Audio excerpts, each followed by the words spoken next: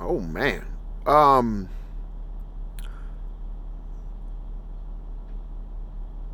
almost at a loss for words.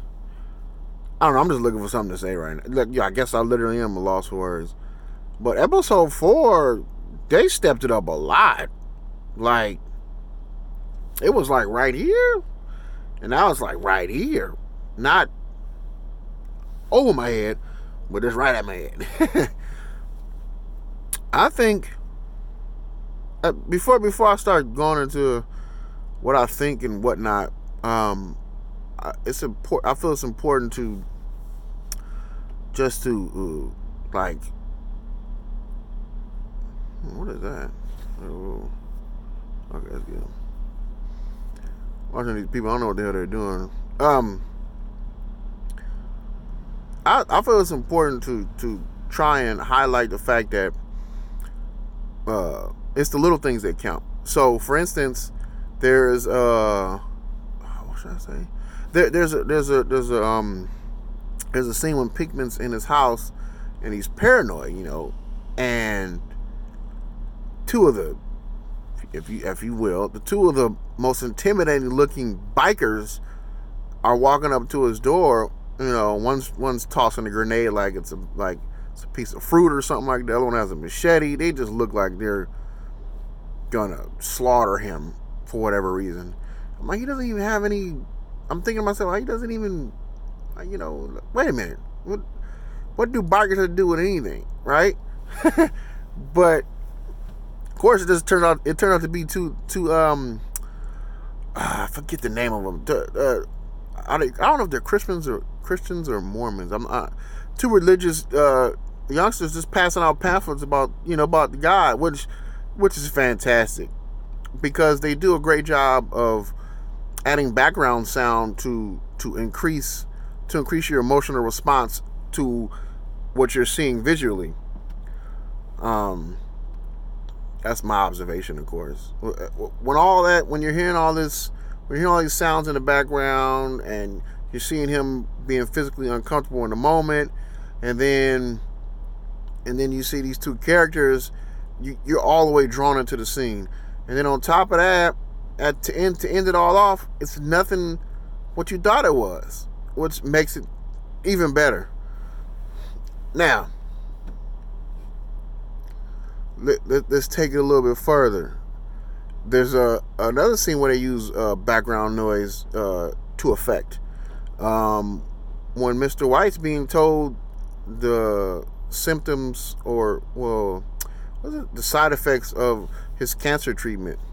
Oh yeah, I forgot to mention. I think I messed up. I think he actually told his wife that he had cancer in the last episode. I just didn't pick up on it. So maybe that's my fault. Well, not maybe, it is my fault. So what are you gonna turn around? But yeah, that as he's getting told all the things that's gonna go wrong, vomiting, bleeding gums, lost appetite, lost weight, so on and so forth. The background noise helps to illustrate the fact that he's fading out. Like, oh no, he can't deal with this. This can't be happening. I'm just gonna block it out. Maybe to go away. Oh man, and White and Mr. What's his name? And White Junior, Junior steps it up. His character has been pivotal. I can't even say the damn word. I'm sorry. His character is so important to this series. So important. His character is overly important to this series, actually. He comes in and he says his character is allowed to say the right thing at the right time. I think that's one of the most powerful moments of the whole episode. Mr. White is trying to argue for not paying all this money because they just don't have it. It's understandable, they just don't have it. So he's trying to argue like, man, just let me, just let me die. Just let me die. And his son's like, well, fuck it then. Why don't you just die? and everybody has to just be like, oh, everybody just has to stop, and everybody has to stop where they're at, and it's like, oh man, I didn't even think of all that. Like, yeah, man, you didn't really have the balls to say it, so he said it, which I think is great. And another thing, it is now I'm if I wasn't won over the last episode, I'm definitely won over in this episode, because to take a look at Pinkman's family, Jesus Christ, to take a look at Pinkman's family it's like I say, it shows his age. It's quite dated, especially in the way he's talking and the way he's dressed, and the cars, of course. But man, his relationship with his parents, who his parents are, and who his little brother is, it's unbelievable. Oh, excuse me, a little tired, but it's unbelievable. I can't speak to it. I can't speak any more to it. It's unbelievable. Unbelievable. The fact that his mother, his father, and his little brother are all presented to the audience as, oh man, nothing but a telemarketer. The fact that his brother, his mother, and his father are all presented to the audience as this picture-perfect family with no flaws, God-fearing, tax-paying, apple pie-eating Americans, if you will. Unbelievable. But then they had to throw a little bit of spice. They had to put some flavor on there by making the younger brother I wouldn't say a pothead, but he had like one joint, and older brother. But shit, I don't think it's crazy, because I don't think the little brother had any like, he didn't really. He's portrayed as a really smart kid, but just not smart enough, because you wouldn't think that. It didn't occur to him, or it didn't occur to this character that, hey, my older brother's spending the night. My parents know that he's had a history of drug abuse, in their words. So do you think it'd be better if I hide my stuff a little bit better than I did? And he only had one, and he got caught with it, and his older brother took the blame for it. But I don't think he fully understand the consequences of. He didn't fully understand the consequences of his brother taking the rap for that. He didn't even think that was a possibility. I don't believe. They're just characters in a show.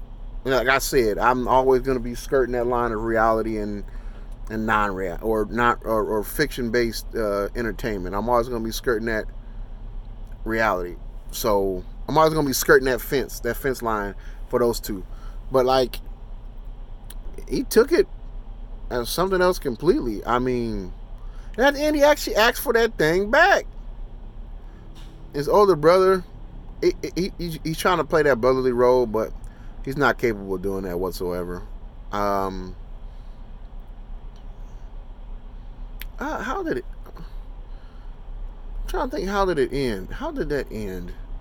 Did it end good, or did it end bad? How did it end? It didn't end that. I'm trying to think. Oh, for some reason he got paid. Well, there was a character. Well, not a character. There was a person that Mr. White runs into in closer to the beginning of the episode. I knew it. I knew it. I knew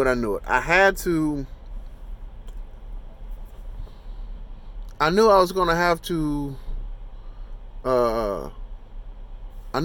pay more attention, because anything that gets made a big deal out of in the beginning of the episode plays a part later on in the episode. He's in line at the bank, taking care of normal transaction. This guy is portrayed as an asshole. Period. I'm like, why are they making such a big deal about this guy? Guess what happens at the end of the episode? He runs back into him. Things have transpired throughout the episode to make Mr. White feel a certain way. I see this mother over here getting gas, or at this gas station. Okay, it's time to pay back.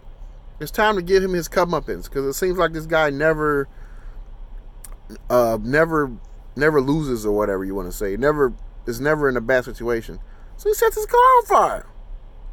And I'm like, just more and more, I guess, you know what I think they're trying to do? They're trying to build up Mr. White's character. You're trying to build up that character as being capable of doing some of the things he has to do down the line. Because if they don't, I bet you, if they don't do that, whatever he has going on in later episodes and later seasons, you probably won't even believe it. Because it's like, man, he's not capable of that. But now you're like, well, you did set that guy's car on fire. So it makes whatever he's going to do down the line more believable. Which is fine. They're building. It's not bad. I'm going to have to actually give this one an actual number rating. I'm going to rate this episode. It's out of a scale from 1 to 10. I'm going to rate it a 5.7. That leaves a little bit more room to grow. Not quite a 6, but it's definitely not a 5. I enjoyed it.